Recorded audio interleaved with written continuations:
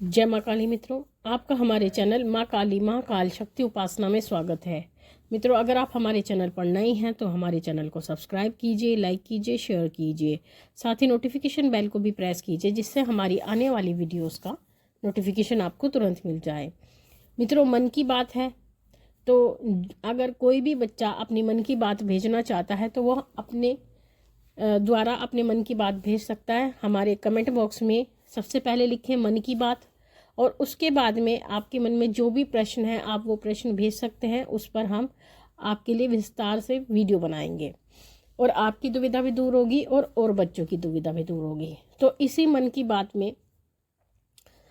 बात आई है ब्यूटी कुमारी जी की। इन्होंने बोला है, मन की बात, जय माँ काली।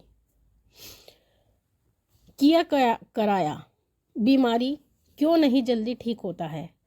अच्छे भगत से जुड़ने के बाद भी कभी भी लगने लगता है कि पूरा ठीक हो गया है बीमारी, फिर कुछ दिन बाद लौट लौट कर क्यों आती है। बहुत ही महत्वपूर्ण मन की बात है, और ये मन की बात आपके साथ ही नहीं, बहुत लोगों के मन में ये प्रश्न होता है। तो देखिए ब्यूटी कुमारी जी, आपका प्रश्न है, आप उसका उत्तर ध्यान से सुनिएगा और भी बच्चे ध्यान से सुने। देखिए, जब आप किसी दरबार से जुड़ते हैं, चाहे आप किसी भी दरबार से जुड़ें, चाहे आपके इष्ट देवता कौन है, ये बात महत्व नहीं रखती है। बात यह है कि जिस दरबार से आप जुड़ रहे हैं वहाँ पर बहुत सारे देवी देवता विराजमान होते हैं। सब भक्त अपनी अलग अलग शक्तियों को चलाते हैं। तो जो शक्तियाँ भक्तों के द्वारा चलाई जाती हैं, जिन शक्तियों की उपासना भक्तों के द्वारा की जाती है, अगर आप किसी भी दरबार से जुड़ते हैं तो सबके अलग अलग भक्त होते हैं। सब के यहाँ एक जैसी शक्तियाँ नहीं पाई जाती, कुछ ना कुछ भिन्नता आपको पाई जाती है। तो जब आप दरबार में जाते हैं, दरबार में जा कर के आप अपना इलाज करवाते हैं, तो जो उस दरबार की शक्ति होती है, इलाज तो भक्ति करता है लेकिन माध्यम वो शक्ति होती है। तो शक्ति ही आपका इलाज करती है और भक्त माध्यम होता है। तो वहाँ पर जब आप दरबार में जाते हैं तो उस दरबार की शक्तियों को आपके घर में बिठाया जाता है, भेजा जाता है। जो आपके घर के भूत प्रेत होते हैं, नकारात्मक शक्तियाँ होती हैं, जो किसी भी प्रकार से संकट आपको लगे हुए हैं, उनको वहाँ से हटाया जाता है और सात्विक और उच्च शक्तियों को वहाँ पर बिठाया जाता है, जिससे कि आपके घर की साफ सफाई हो सके, नकारात्मक ऊर्जा बाहर हो सके और सात्विक ऊर्जा आपके घर में प्रवेश कर जाए। आपके पितृ बंधन में है तो पितरों को खोला जाता है, कुल देवी कुल देवता को मनाया जाता है और नकारात्मक शक्तियों को वहाँ से हटाया जाता है। उसके लिए आपको कुछ उपाय बताए जाते हैं, कुछ उपाय आपको करने होते हैं, कुछ भक्त अपनी तरफ से भी करते हैं। तो इस प्रकार से आपका इलाज किया जाता है।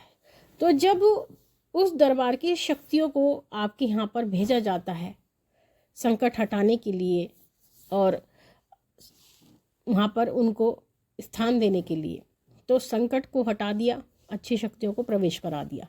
फिर उसके बाद जब आप बिल्कुल ठीक हो जाते हो, आपकी अगर घर में बीमारी है तो बीमारी ठीक हो जाती है, घर में लड़ाई झगड़े हैं तो वो होना बंद हो जाते हैं, घर में पैसे की कमी रहती है, परेशानी रहती है तो पैसा आने लगता है। मतलब जो भी आपकी समस्याएं हैं उनमें आपको आराम आने लगता है, समस्याएं धीरे धीरे करके दूर होने लगती हैं। तो उसके बाद आप क्या करते हैं, आप जब दरबार से जुड़ते हैं, दरबार की शक्तियों से अपना कार्य कराते हैं, तो उसके बाद में जब आपके घर में सब कुछ ठीक होने लगता है तो उसके बाद में आप दरबार जाना बंद कर देते हैं, या फिर दरबार में भोग प्रसाद देना आप बंद कर देते हैं। आप जब भी कभी जाते हैं तो देवताओं के लिए भोग प्रसाद आप अपनी तरफ से लेके जाते हैं, दान दक्षिणा जो भी आपसे बनता है आप देते हैं। हर चीज़ सामर्थ्य के अनुसार होती है, अनुचित पैसा किसी से नहीं लिया जाता है। आप जो भी ले जाते हो देवताओं के लिए लेके जाते हो। लेकिन जब आप दरबार जाना बंद करते हो, जब आप उन शक्तियों को जो दरबार द्वारा बिठाई गई हैं वहाँ पर उनका भोग प्रसाद देना बंद कर देते हो, तो उसके बाद क्या होता है, वो शक्तियाँ वहाँ से उठकर चली जाती हैं। यानी वो जिस दरबार से भेजी गई थी वो वापस उसी दरबार में लौट जाती हैं। और जब शक्तियाँ लौट जाती हैं तो उसके बाद में आपके घर से जो परेशानी गई थी वो वापस आने लगती है।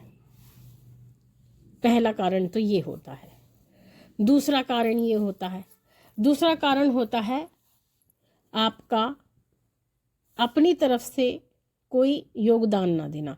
यानी आपके घर में अगर परेशानी बनी हुई है तो उस समय पर आप कोई भी योगदान नहीं देते हो, क्योंकि अगर आपके घर में संकट परेशानी है तो उसको हटाने के लिए कुछ भक्त द्वारा प्रयास होता है, कुछ आपके द्वारा प्रयास किया जाता है। आपके द्वारा पूजा पाठ करना जरूरी होता है, आपको पूजा पाठ बताया जाता है, घर में दिया आदि बताया जाता है। अगर आप वो जलाना बंद कर देते हो, पूजा पाठ करना अपना बंद कर देते हो और ये सोचने लगते हो कि अब हमारा सब कुछ ठीक हो चुका है, अब हमें कुछ भी करने की आवश्यकता नहीं है, तो भी आपके साथ में वो परेशानियां शुरू होने लगती हैं दोबारा से। क्योंकि ये जो परेशानियां होती हैं, ये जो ऊर्जाएं होती हैं, जब एक बार किसी को लग जाती हैं, एक बार किसी के द्वारा, किसी संकट के द्वारा आपका शरीर पकड़ लिया जाता है, तो ऐसे व्यक्ति को आगे भी संकट लगने की संभावना बनी रहती है।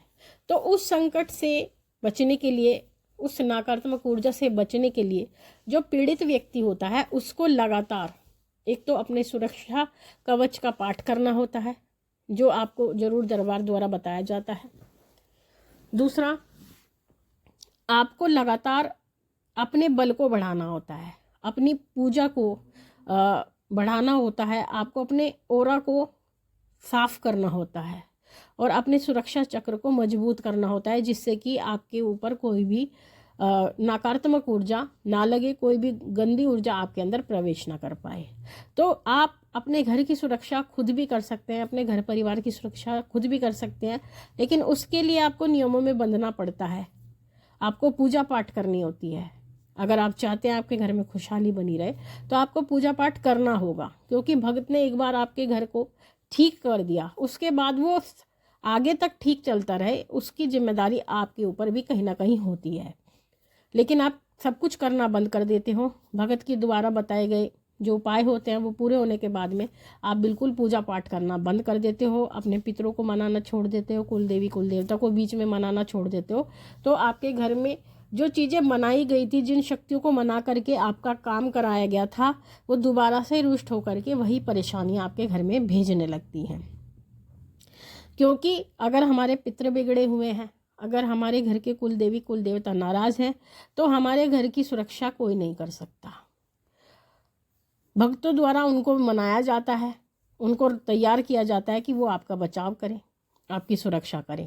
तो इसलिए अपने पितरों को, अपने कुल देवी कुल देवताओं को हमें सदैव मना करके चलना होता है, और ये कार्य हमें जीवन पर्यंत करना होता है। कुछ व्यक्ति कहते हैं ना, अगर हम उनको उपाय बताते हैं कि ये पितरों को मनाने का कार्य कितने दिन करना है, कुल देवी के लिए कितने दिन करना है, कितने दिन नहीं, ये आपको जीवन पर्यंत करना है, अगर आप अपने घर में सुख शांति चाहते हो। क्योंकि जब आप रोज भोजन करते हो, रोज अपने निजी कार्य करते हो, अपनी दिनचर्या करते हो, तो उनको भी रोज ही देना है या एक निश्चित दिन पर देना ही देना है, और ये कार्य जीवन पर्यंत आपको करते रहना है, तभी जाकर के आपके घर में सुख शांति आती है। तो ब्यूटी कुमारी जी, ये था आपके प्रश्न का उत्तर। आशा करते हैं ये उत्तर सभी के लिए लाभकारी होगा। माँ भगवती से यही प्रार्थना करते हैं कि वो आपके भंडारे भरती रहे, आपकी सभी मनोकामनाओं को पूर्ण करती रहे, आप पे अपना पूर्ण आशीर्वाद बना के रखे। फिर मिलेंगे आपसे, तब तक के लिए जय महाकाली, जय महाकाल।